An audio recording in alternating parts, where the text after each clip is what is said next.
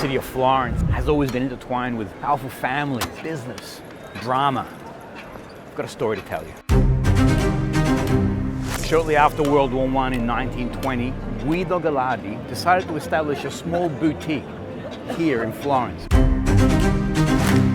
His business became a huge success. However, fast forward 100 years, due to mismanagement, the business became bankrupt. Mauro Gallardi, the great-grandson, wanting to keep the business within the Gallardi family, bid for it and won.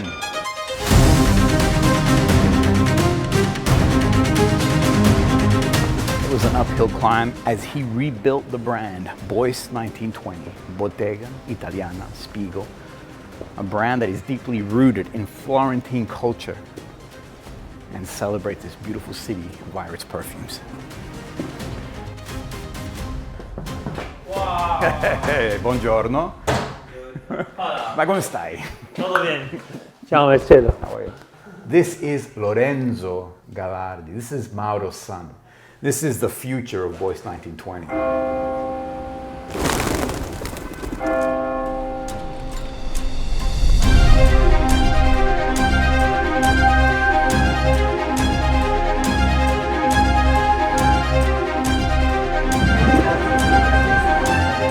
Okay, so before we go, I need some perfume. This one is called frammenti. Frammenti stands for small pieces. Frammenti could be like evokes you like a memory. This is glorious. And you described it as floral. Yeah. But there's a fruitiness to it. It's wonderful. Yeah, I agree. This is going to be my favorite Yeah. for today. And according to my personal opinion, the one is The best. the best one, exactly. It's very, very long lasting, more than 1 day. And I would like just to pay attention about the details of the bottle. Every single detail here is different from each other. These are hand painted. And it's created locally. So this is done from a town that's very close to Florence. Yeah. Exactly. There is an artisanal, one of the few which are, alive, let's say, or running the business at the moment. Right. So that one, as well as the other one, is called scuro. Scuro, of course, means something dark, darkness. It has some citrus notes on the top, but then, of course, the incense is the main component. Just talking with perfume experts, retailers, aficionados, like perfume lovers, several people asking me, but don't you have in your collection something with a very good incense? And now you have. Yeah. Right now, I'm covered in perfume. I'm looking forward to exploring the city with all this. All right, it would be a pleasure smell. for us. Yeah. I have a question. When are you going to make a fragrance of Lorenzo Medici? From your collection, what would Lorenzo de Medici wear?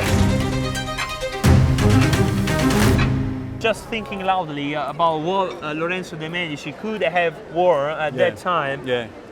Well, maybe something with leather or some very simple stuff. Yeah, okay. I would say some flowers. Florals, okay. Yeah, exactly. So in the collection, Lorenzo, which one would Lorenzo Medici would be wearing? Scuro. Scuro. Scuro. Could be the answer because just imagine how important the power of church was at that time. Yes, of course. And Of course. king or the city and church were very connected. Correct. Actually, Scudo. Go. He was wearing Scudo. Okay, so Lorenzo de Medici. He was wearing Scudo. All right.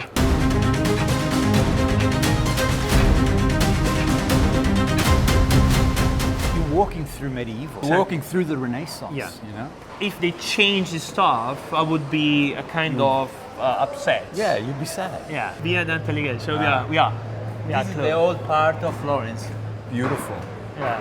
This is the Dante house. For those who are very fond of history, who are very connected, the real heart of our city. Yeah. This is the ancient part. Yeah, the ancient part. Next to his house, there is also the Chiesa, so the church of Dante, is where he was praying. But he was a very religious person. He was very deep-rooted Yeah. in Christianity. Yeah. He's a good man. And then, of course, during his life, he created such a good poem.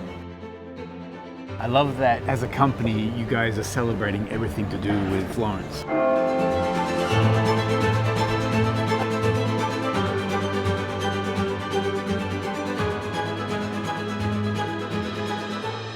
the Divine Comedy. Very, very tough to understand Right. because it's written, of course, in dialect. So every single line that you read, you need like a kind of translation because it uses several ancient words, difficult to understand for us as well. Right. But it's beautiful. These are the chants. You can easily understand how big was his creativity, his imagination. And it's divided in hell, purgatory, and paradise. And I love that the story is told from him. Yeah. He is He traveling. lives the story. He's traveling through He these. tells us. And his desire is to go to God. His desire is to go to paradise. Paradise. Where he of course, meets Matilda. So, And you've got a fragrance called Matilda. I love that you've done Profumo di Firenze, Yeah. a whole tribute Yeah. to Dante and to the Divine and Comedy. you can imagine that this project dedicated to Dante is a never-ending one. Because if you see how the poem big is, well, you have several fragrances to connect. Yes. So it's a never-ending project. Yeah. Beautiful.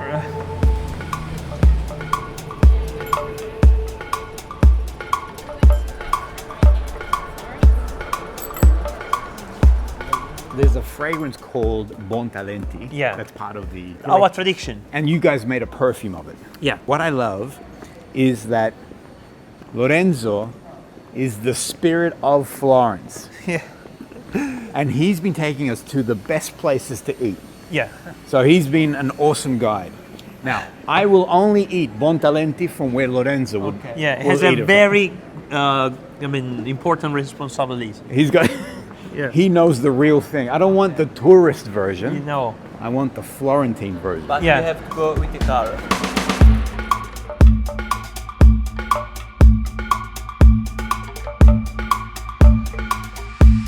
So we had to drive here. Yeah. Campo di Marte. Campo di Marte is the area of Florence. Right. This looks good. Look. Did you notice anything? Buontalenti. Okay, so Buontalenti is the classic of Florence. Yeah. Now you have the proper occasion to taste the Buontalenti ice cream.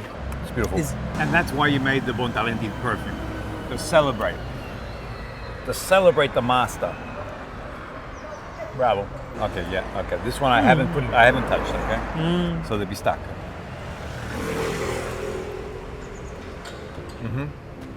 The pistachio flavor originally comes from Sicily, to be honest.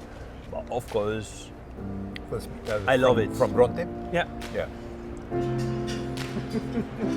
I did my research. So this is the famous Piazzale Michelangelo. Piazzale Michelangelo. And this overlooks the entire city. Yeah. It brings you in the heart. It's the best panoramic view of our city. You were saying you were born over here? Over there, on the hill. Yeah. on the hill. Yeah. And this is where lovers come Yeah. to kiss for the first time. First time, yeah. After having like fell in love at the site, Yeah. they come here, kiss. And they propose. They propose. Okay, all right. But look at, look Yeah. at this. Look at this city.